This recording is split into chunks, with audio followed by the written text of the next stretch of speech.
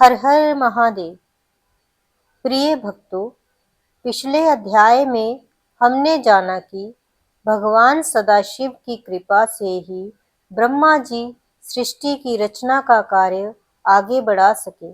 जब उनकी तपस्या का फल नहीं मिला और वे स्वयं को असमर्थ अनुभव करने लगे, तब उन्होंने पूरे मन से महादेव का स्मरण किया। भक्त की सच्ची पुकार सुनकर भगवान सदाशिव ने स्वयं अवतार लेकर ब्रह्मा जी का मार्गदर्शन किया और सृष्टि के महान कार्य को बढ़ाने में उनकी सहायता की। लेकिन क्या सृष्टि की रचना का कार्य अब सरल हो गया? क्या ब्रह्मा जी की सभी कठिनाइयां समाप्त हो गईं और भगवान सदाशिव की दिव्य योजना आगे किस प्रकार प्रकट हुई?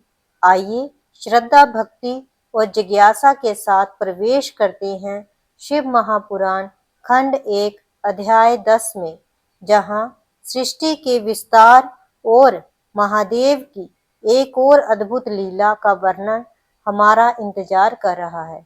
ओम नमः शिवाय। हर हर महादेव। जय शिव शंभू। स्वागत है आपका हमारे चैनल भक्ति सार 2009 में। आज हम श्रवण करेंगे श्री महाशिव पुराण प्रथम खंड अध्याय 10, शिव शक्ति द्वारा भूत आदि सृष्टि की उत्पत्ति। ब्रह्मा जी बोले, हे नारद, भगवान सदाशिव इस रूप में प्रकट होकर मुझसे कहने लगे, हे ब्रह्मा, यदि आप हमें आज्ञा दे तो वेदानुकूल कार्य करें।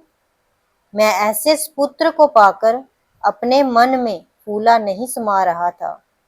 अस्तु, मैंने उनसे कहा, जब तुम जैसे मेरे पुत्र उत्पन्न हुए हैं तो मेरे संपूर्ण मनोरथ निश्चय ही पूर्ण हो जाएंगे। मैं वेद के अनुसार तुम्हारे जो 11 नाम हैं उन्हें बताता हूँ। मन्यु, मनु, महिर्निश, महान, शिव, कृतुध्वज, उग्रेता, भव, काल, वामदेव तथा धृतव्रत।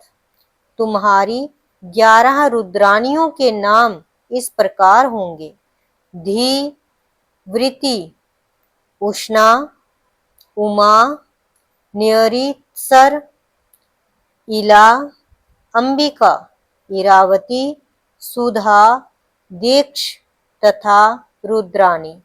इसके अतिरिक्त रुद्र, महेश्वर, हर तथा जगदीश आदि तुम्हारे अनेक नाम और भी होंगे।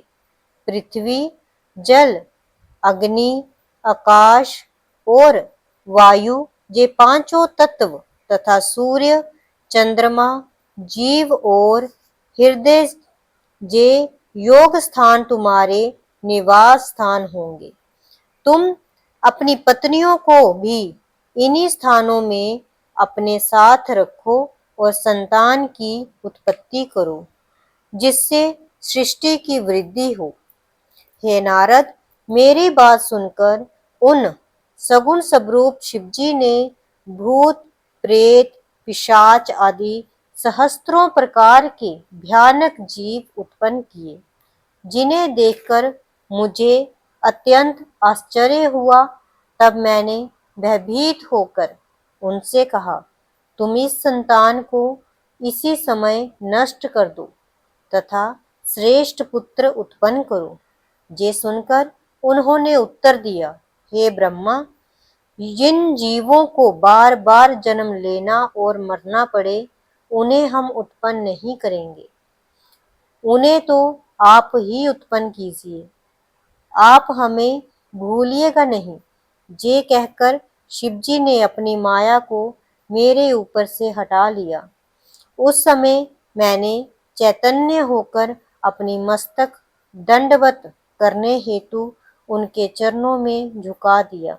ये देखकर शिवजी ने मुझसे ऊपर उठाते हुए मेरे मस्तक पर अपना हाथ फेरा। उस समय सनकादिक भी आकर शिवजी के चरणों में गिर पड़े और उन्हें दंडवत करते हुए स्तुति करने लगे। भगवान सदाशिव ने सब पर दयालु होकर उन्हें उत्तम बुद्धि प्रदान की।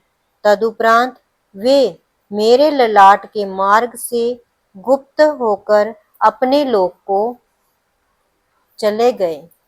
हे नारद, हम तीनों देवताओं में किसी प्रकार का अंतर नहीं है। अब मैं तुम से सृष्टि का वर्णन पुनः करता हूँ।